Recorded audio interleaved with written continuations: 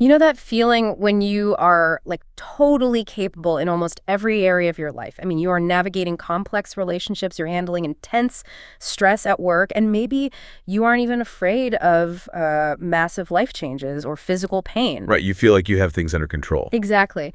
But then you log into your banking app, and the account balance is just a little bit tighter than you expected. Oh, and that panic just hits you instantly. Yeah, suddenly your heart rate spikes, your stomach drops, and you are just in full-blown panic mode.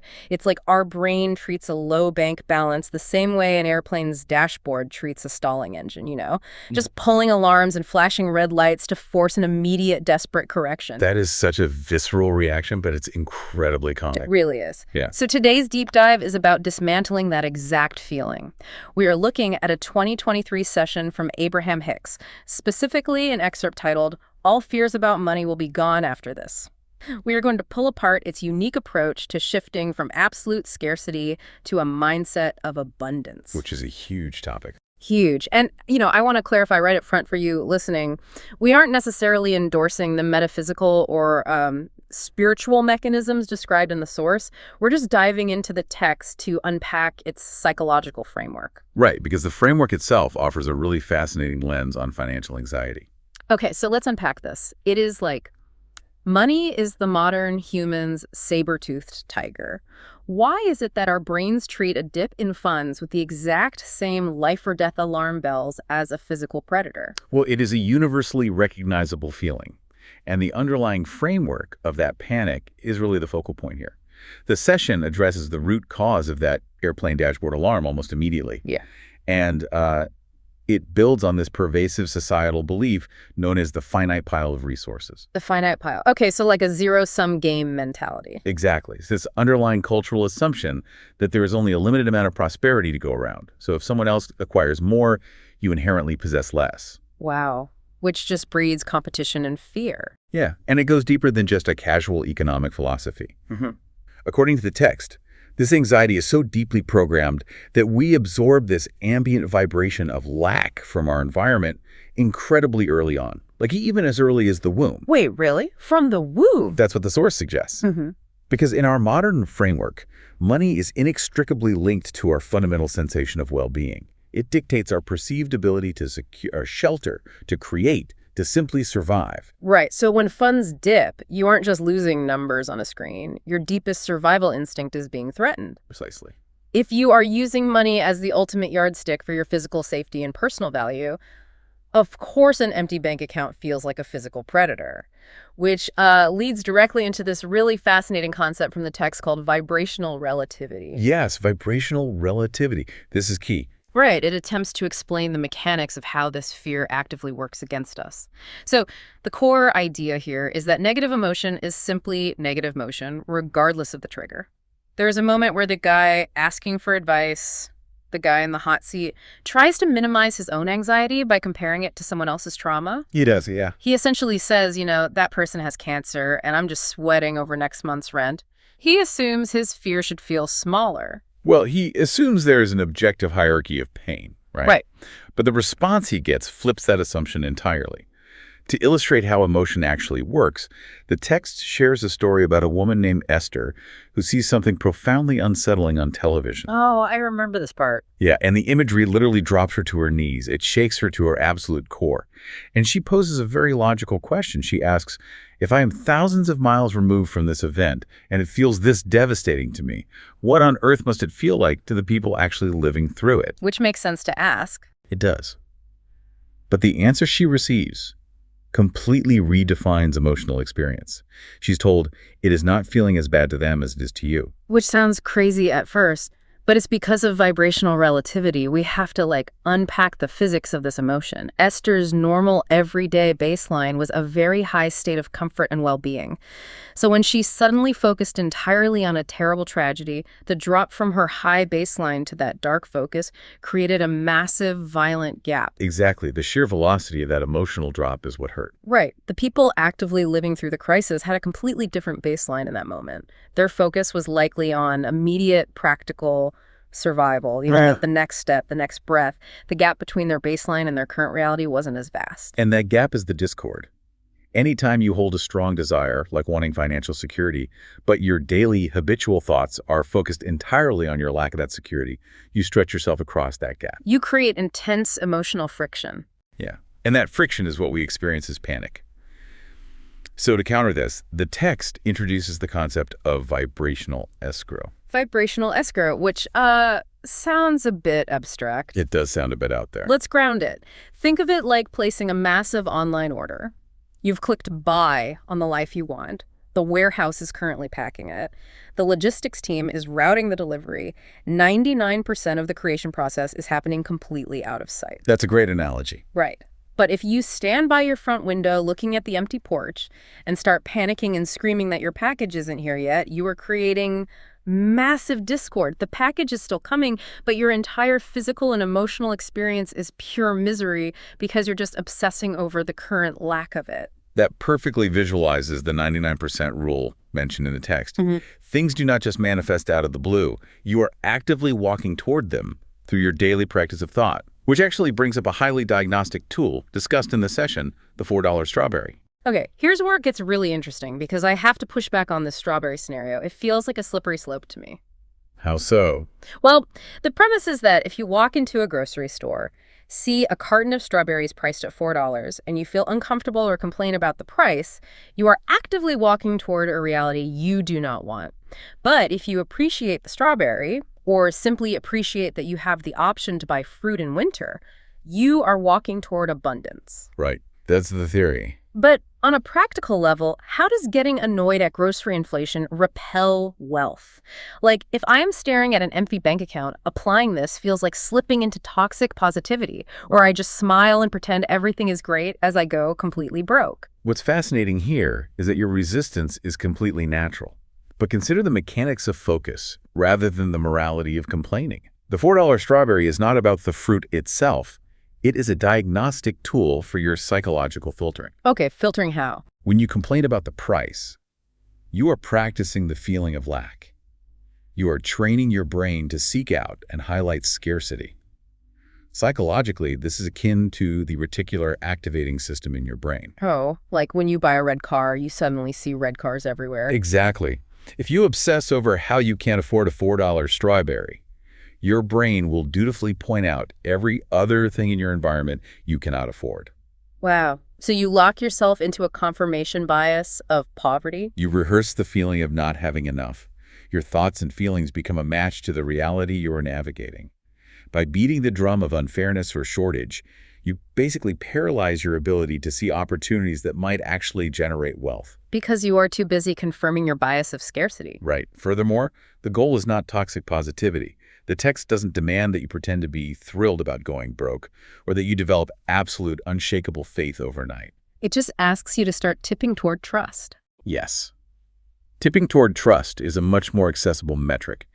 It simply means finding a thought that feels marginally better, marginally more hopeful, rather than pouring cement over the feeling of absolute lack.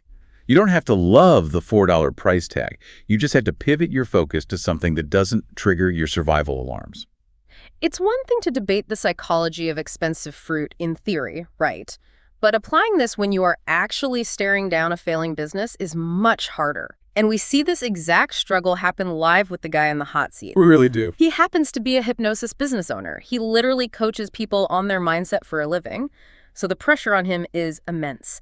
And the speaker challenges him to find a genuine, soothing statement about his money situation from exactly where he is standing in that moment of fear. And observing his attempts to find that soothing statement reveals exactly how we trap ourselves in intellectualized fake positivity. Oh, total. His very first attempt is, he says, I have so many wonderful ideas and projects, and they're all on the cusp of happening. Which gets shot down immediately. It sounds like a motivational bumper sticker. It is entirely intellectual, not visceral. It fails because it lacks emotional resonance. He doesn't truly believe it in his core.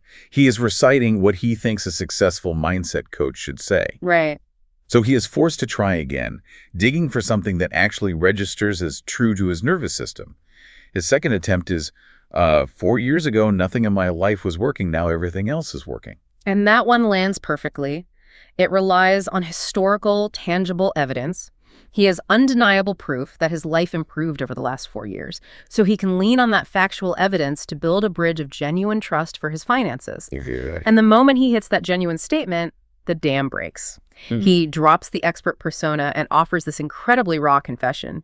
He admits his actual feelings around money have been stuck in a much deeper, darker vibration than he ever wanted to admit publicly. Think about the exhaustion of maintaining that expert persona. It is a heavy psychological burden.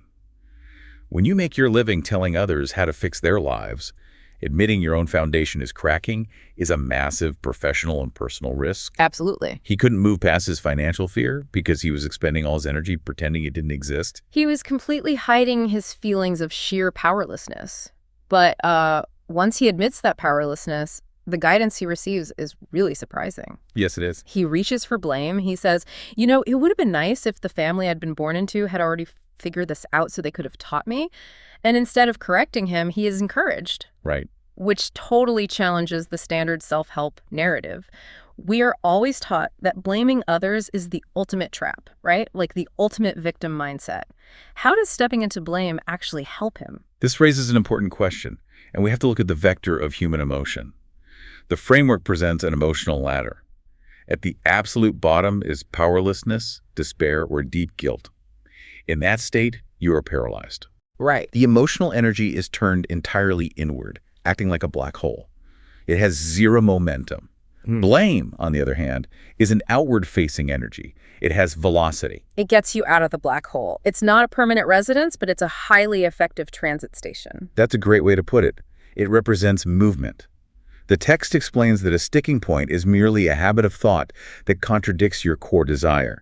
By reaching for blame, he unstuck himself from complete paralysis. Okay, that makes sense. Acknowledging that sticking point and allowing the emotional energy to move outward, even if it is messy and directed at his family, is the only mechanical way to eventually climb higher up that ladder toward fluctuation than hope and eventually genuine relief. Wow. And once he gets that energy moving and stops hiding his fear, we uncover the root of his hidden resistance. And it's something I think resonates deeply with a lot of people. Societal guilt about wealth. Oh, absolutely. It's that deeply ingrained cultural debate pitting spirituality and goodness against materialism and wealth. We are so conditioned to view extreme wealth as an inherent moral failing, especially if others are suffering. Yeah, but we see an amazing anecdote in the text to counter this guilt. It involves Jerry and Esther driving a magnificently and extraordinarily expensive monster bus. I love this story. It's so good. Normally, driving an opulent megabus through everyday towns would invite resentment or outright rage from onlookers. If everyone is running on that finite pile programming we talked about earlier, an expensive bus is just a giant billboard saying, I took more than my fair share. Right, that zero-sum game. But instead, they get thumbs ups. They get high fives. People are genuinely thrilled for them. And Jerry attributes this entirely to a phrase written across the back of the bus. Life is supposed to be fun. If we connect this to the bigger picture, that phrase acts as a psychological bridge. It bypasses the moral judgment of wealth. Life is supposed to be fun. Syncs up the universally accepted idea of enjoying life with the often judged idea of material prosperity. It totally defangs the jealousy. Yes, because it reminds the onlooker of their own desire for joy, rather than triggering their fear of lack. It changes the entire paradigm of how we view success. It's like we're trained to treat wealth like a game of musical chairs. If I manage to sit down and get a chair, someone else loses a seat. If I get rich, I am directly depriving someone else of resources. Which creates immense subconscious guilt. Exactly. But this perspective is telling us to treat prosperity like a dance floor. Me getting up and dancing doesn't stop you from dancing. In fact, it usually encourages other people to get up and dance too. That is a brilliant analogy. Making peace with prosperity is the crucial turning point here. Most people are surrounded by environments that believe utterly in the shortage of money. Society develops patterns of rage toward those who have money, operating under the assumption that the wealthy person stole their slice of the pie. Right. The prompts posed to the hypnosis coach in the session is revealing. They ask him, when you are splitting up a pie somewhere, are you always considerate of others first? And he answers yes, because that is the moral good thing to do. You make sure everyone gets a piece before you take seconds. But that morality is only necessary when there are limited pieces. When you shift your worldview to an infinite pie, you take a completely different stance. You no longer have to limit your own abundance to protect others. Shifting to an infinite pie mentality systematically removes the moral guilt from financial success. Which frees him up to look at his actual present reality without the weight of guilt or the panic of the airplane dashboard. He drops the fake positivity, he admits his fear, he steps off the musical chairs, and he just looks at his bank account, and he realizes he actually has a 3-month buffer of money. The focus immediately shifts to validating that present reality, sitting with the fact that in this exact moment, he is okay. He is breathing. He makes a really profound realization. He says, well-being always finds me, and it has always flowed in to the degree of money that I would allow. He finally recognizes that he was using money as a measurement of his personal success, always chasing an end goal where everything is finally complete and he never has to worry again. And the illusion of completion is a trap.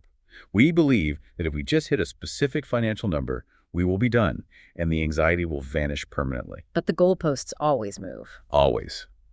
The human experience is about constantly asking for more clarity, more fun, more opportunity to be of value. We are expansion engines. We will never get it all done. And recognizing that removes the pressure of trying to finalize our lives. So what does this all mean? That understanding leads to the ultimate analogy of the entire discussion. The text compares money to oxygen. This is where it all comes together. The coach realizes he will always be asking for more oxygen. You breathe in, you breathe out, in and out. He doesn't need years of money piled up beyond his 3-month buffer, because 3 months is way more oxygen than he needs right now. The objective is simply to trust that when his body asks for more air tomorrow, the resources will be there in the room. It dismantles the survival threat completely. When you stop treating money as a finite measurement of your worth and safety and start treating it as a naturally flowing resource exactly like air, you break the vibration of lack. Wow. You don't hoard oxygen. You don't panic that someone else in the room is breathing too much of it and depriving you. You allow it to flow. By equating money with oxygen, the mental framework shifts so that abundance becomes the default state of nature, and fear is simply the act of holding your breath. Holding your breath. Wow, that perfectly describes the physical sensation of logging into the banking app. Your chest tightens, you stop breathing, and you try to control the flow. So how does viewing money this way completely rewrite our daily anxiety? I mean, we don't go to sleep hyperventilating because we're terrified there won't be air in the bedroom tomorrow. We just trust the next breath. Exactly. So for you listening, how much of that daily stress, that tightness in your chest, is tied to the fear of a finite pie? Are you constantly checking the dashboard for failing engines, complaining about the metaphorical $4 strawberries in your life, or are you actively practicing a vibration of appreciation for the oxygen you have right now? To synthesize the mechanics we've explored today, negative emotions, including intense financial panic, are just indicators of a vibrational mismatch. They are not a life sentence, and they are not a moral failing. You do not need to fix your entire financial life overnight, and you certainly don't need to fake absolute positivity when you are scared. The process is simply to reach for a thought that feels marginally more soothing, to climb out of the black hole of powerlessness, and to recognize the abundance you already possess, even if it's just a small buffer, knowing that well-being naturally wants to flow to you. Find the next rung on the ladder and start tipping toward trust. And I want to leave you with this thought. If you started treating your finances exactly like oxygen, trusting completely that it will flow in and out effortlessly, and knowing that you can't ever truly run out of air, what bold project, what dream, or what conversation would you breathe life into today? Keep questioning the assumptions running in your background. Keep observing your emotional baseline and trust the process of your own expansion. We loved unpacking the mechanics of this one with you. Have an amazing day, keep that air flowing, and we will catch you on the next deep dive.